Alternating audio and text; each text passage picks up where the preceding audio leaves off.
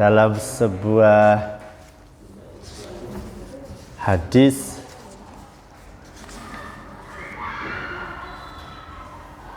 Nabi bersabda, ala wa inna fil jasadi mudghah iza salahat salahal jasadu kulluh wa iza fasadat fasadal jasadu kullu ala wahyal qalbu. Ketahuilah bahwa di dalam jasad manusia terdapat segumpal daging. Jika ia baik, maka baik pula seluruh jasadnya. Dan jika ia rusak, maka rusak pula seluruh jasadnya. Ketahuilah bahwa segumpal daging itu ialah hati. Ya, jadi urusan hati itu urusan yang sangat penting, gitu ya. Kalau Agim itu makanya menyanyikan jagalah hati, jangan kau kotori, gitu ya. Tapi udah lama nggak dengar Agim. Sekarang lebih senang dengar muridnya, ya. Ustadz siapa itu yang muda itu, ya, lebih senang itu sekarang karena lebih muda, lebih seger. Kohlim, ya, Kohlim, Denis Lim. Kemudian yang kedua, kenapa masalah hati ini penting? Dalam surat Ar-Ra'd ayat 28, a'udzubillahi minasyaitonirrajim. Allazina amanu wa tatma'innul qulubuhum bi dzikrillah. Ala bi dzikrillah tatma'innul qulub. Yaitu orang-orang yang beriman dan hati mereka menjadi tentram dengan mengingat Allah. Ingatlah, hanya dengan mengingat Allah hati menjadi tentram. Jadi setiap kajian kita, nanti kita kajiannya nih, mudah-mudahan 1 tahun selesai 1 buku ini. Tazkiyatun Nafs, tulisan Dr. Ahmad Farid. Ya, kita sama-sama belajar. Saya kalau tidak menyampaikan ini juga nggak baca-baca gitu. Jadi bacanya pas mau menyampaikan. Jadi supaya tidak jargoni, ya saya belajari, ya berusaha amalkan. Ya kita belajari bersama-sama, insya Allah kita amalkan bersama-sama. Nah, ini kajian kita tentang hati, ya. Bapak Ibu yang dirahmati Allah, di dalam kitab ini itu disampaikan bahwa hati itu ada pembagian-pembagiannya. Ada hati yang sehat, ada hati yang mati, dan ada hati yang sakit. Nah, ini udah yang salah satu dari 3 kategori ini pasti ada pada kita. Hati yang terluka itu nanti masuk mana, nanti kita analisis. Ya. Kalau hati yang luka itu Betaria Sonata dan Obi Mesah. Berulang kali. Dari lagunya ketahuan generasinya itu ya. Ya. Baik. Apa itu hati yang sehat? Ini berdasarkan Asy-Syura ayat 88 89. A'udzubillahi minasyaitonirrajim. Yauma la yanfa'u malun wala balun illa man atallaha biqalbin salim. Yaitu pada hari harta dan anak laki-laki tidak berguna kecuali orang-orang yang mengharap Allah dengan hati yang sehat atau qalbun salim. Ya, jadi hati yang sehat itu qalbun salim. Nah, apa itu ciri-cirinya orang yang hatinya sehat? Nanti secukupnya kita lanjutkan pertemuan yang akan datang. Yang pertama, orang yang hatinya sehat itu tujuan hidupnya hanya Allah. Inna sholati wa nusuki wa mahyaya wa mamati lillahi rabbil alamin. Jadi apapun yang ia lakukan itu muaranya adalah lillahi ta'ala. Apapun yang ia lakukan nanti harapannya itu adalah bagaimana akhiratnya, bagaimana perjumpaannya dengan Allah. Sehingga apapun yang ia lakukan, dia akan memikirkan seberapa besar yang saya lakukan ini bermanfaat untuk akhirat saya. Seberapa besar manfaatnya untuk akhirat saya. Kalau tidak ada manfaat untuk akhiratnya, maka dia akan meninggalkan. Ya. Ini sesuatu yang logo, yang sia-sia, itu akan ditinggalkan. Karena orang yang qalbun salim itu tujuannya hanya Allah. Ya tentu saja ada keseimbangan ya, tidak berarti tujuannya hanya Allah itu bawaannya mau mati aja, itu bukan. Lemes ya hari ini, kenapa? Rasanya mau mati aja gitu. Bukan kata ya. Tapi ada apa ya? Balance, seimbang gitu ya. Seimbang. Jadi ketika dia mengingat Allah, mengingat mati ya, kalau dalam sebuah ungkapan itu ketika mengingat dunia itu anggaplah itu hidup selama-lamanya. Jadi kalau hidup selama-lamanya itu kan semangat gitu ya. Tapi ketika urusan akhiratnya, tamutu ghoda, anggaplah besok mati. Jadi kalau kita sholat, saya sering mengucapkan di masjid, mudah-mudahan ini sholat yang terbaik kita dan anggaplah ini sholat kita yang terakhir. Ya bagi yang mendengarkan, ya mendengarkan. Bagi yang singsot, ya masih ada yang singsot. Nah, itu nanti masuk hati yang mana itu, yang sholat sambil sinsot itu ya. Jadi kalau kita merasakan ibadah sholat yang kita lakukan hari ini, saat ini adalah sholat yang terakhir, insya Allah kita sungguh-sungguh. Mungkin Allah Akbarnya mantap, Allah baleni orang mantap. Ada ya orang yang kurang mantap takbirnya di bulan baleni. Saking kurang mantapnya.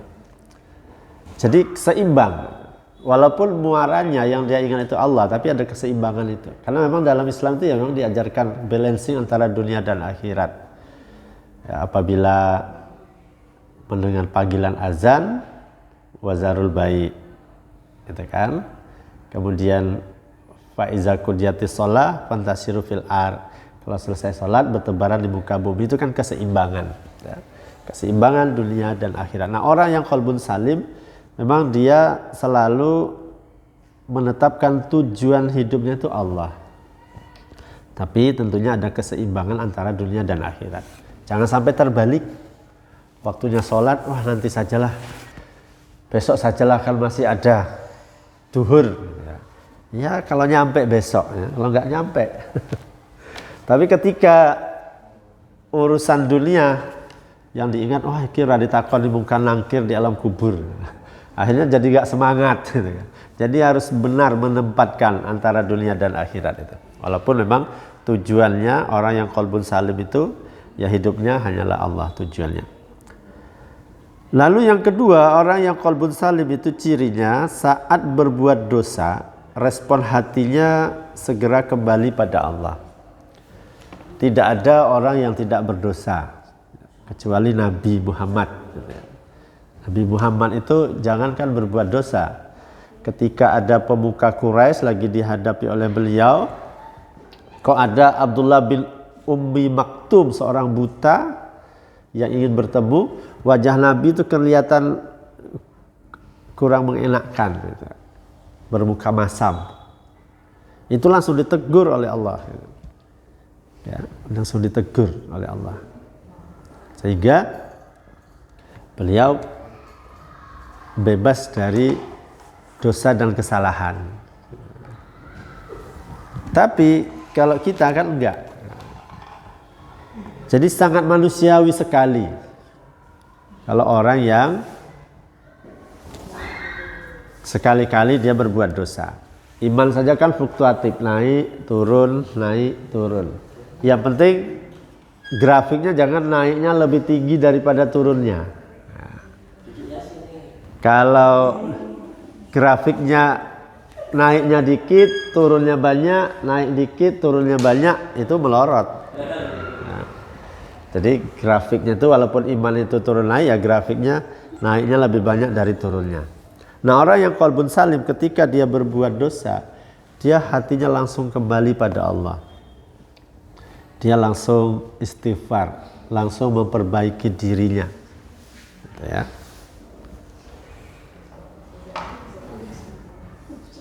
Umar bin Khattab itu pernah terlambat sholat asar berjamaah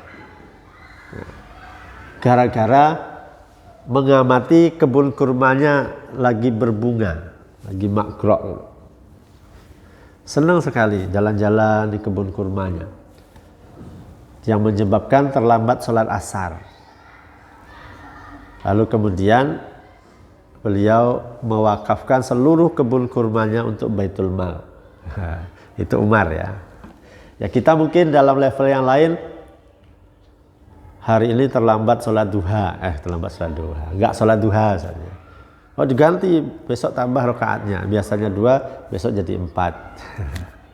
Nah, itu padahal yang sunnah-sunnah. Nah, jadi orang yang qalbun salim itu ketika berbuat dosa dia langsung kembali pada Allah, langsung istighfar.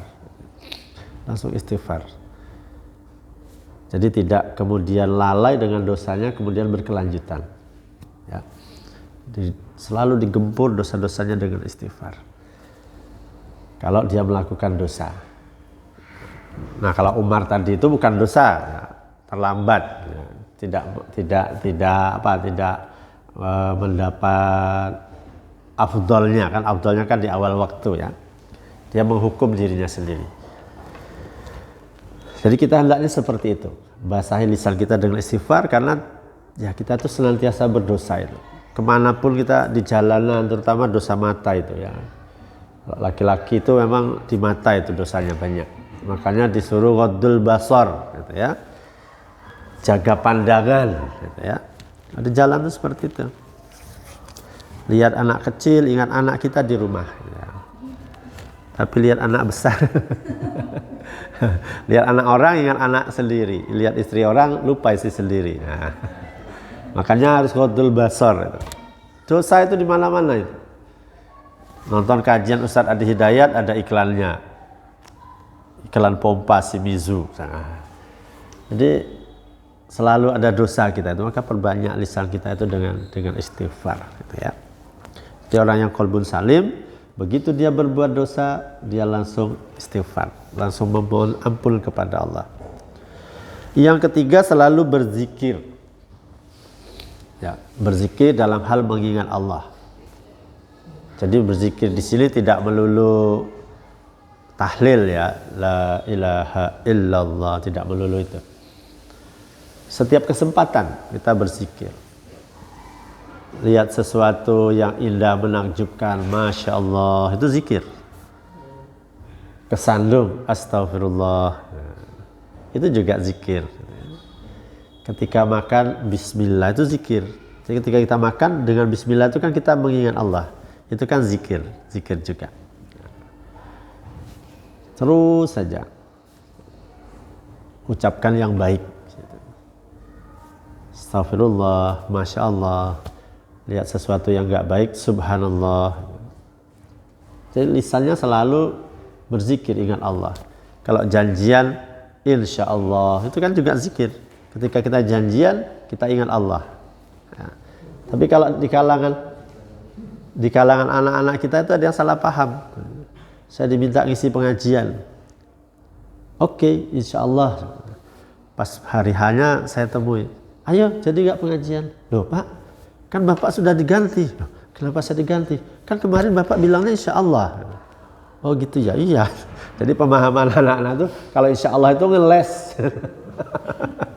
Jadi ada distorsi makna. Jadi mana insya Allah itu sudah ada penyimpangan itu.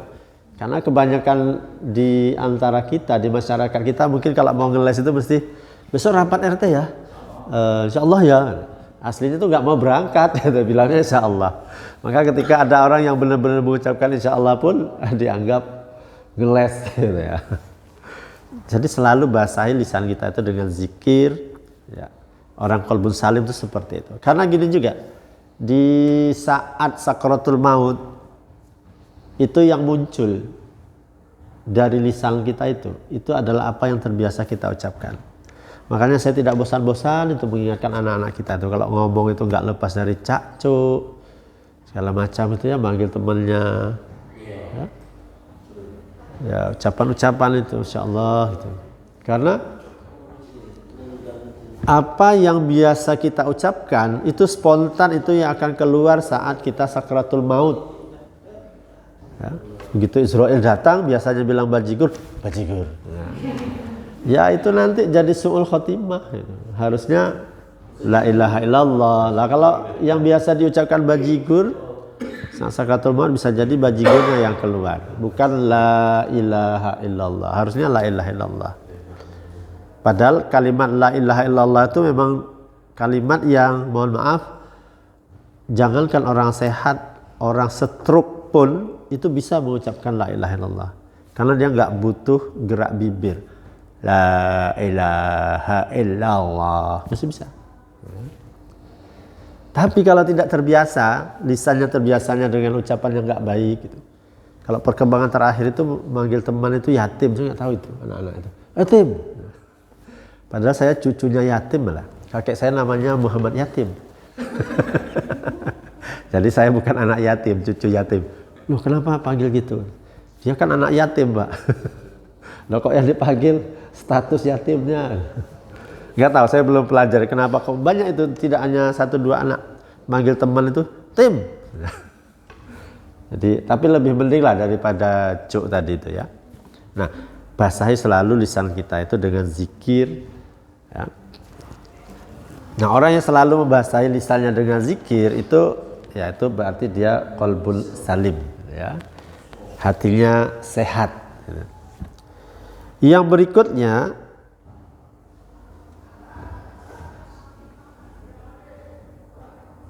orang yang qalbun salim ketika dia melewati suatu ibadah, dia selalu merasa bersalah. Jadi kalau ada ibadah yang terlewatkan, dia tuh merasa bersalah.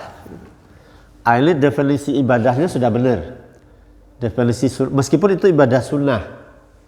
Jadi definisi ibadah sunnah itu kan selama ini saya dari SD itu diajari sunnah adalah ya kalau kita lakukan berpahala, kalau kita tinggalkan tidak apa-apa, kan begitu ya definisinya. Hah? Oh, SD saya SD negeri itu. SD, SMP, berapa anak di kelas saya cek juga. Sunnah itu apa? Rata-rata jawabannya begitu. Sehingga ketika tidak mengerjakan ibadah sunnah, oh tidak apa-apa. Maka definisi yang tepat sunnah itu adalah sesuatu ya ibadah yang kalau kita kerjakan berpahala, kalau kita tinggalkan rugi. Nah ini orang yang qalbun salim dia merasa rugi kalau ada ibadah yang terlewatkan. Tadi nggak sholat lail, dia rugi, dia merasa rugi. Maka dia melipat gandakan ibadah yang lain.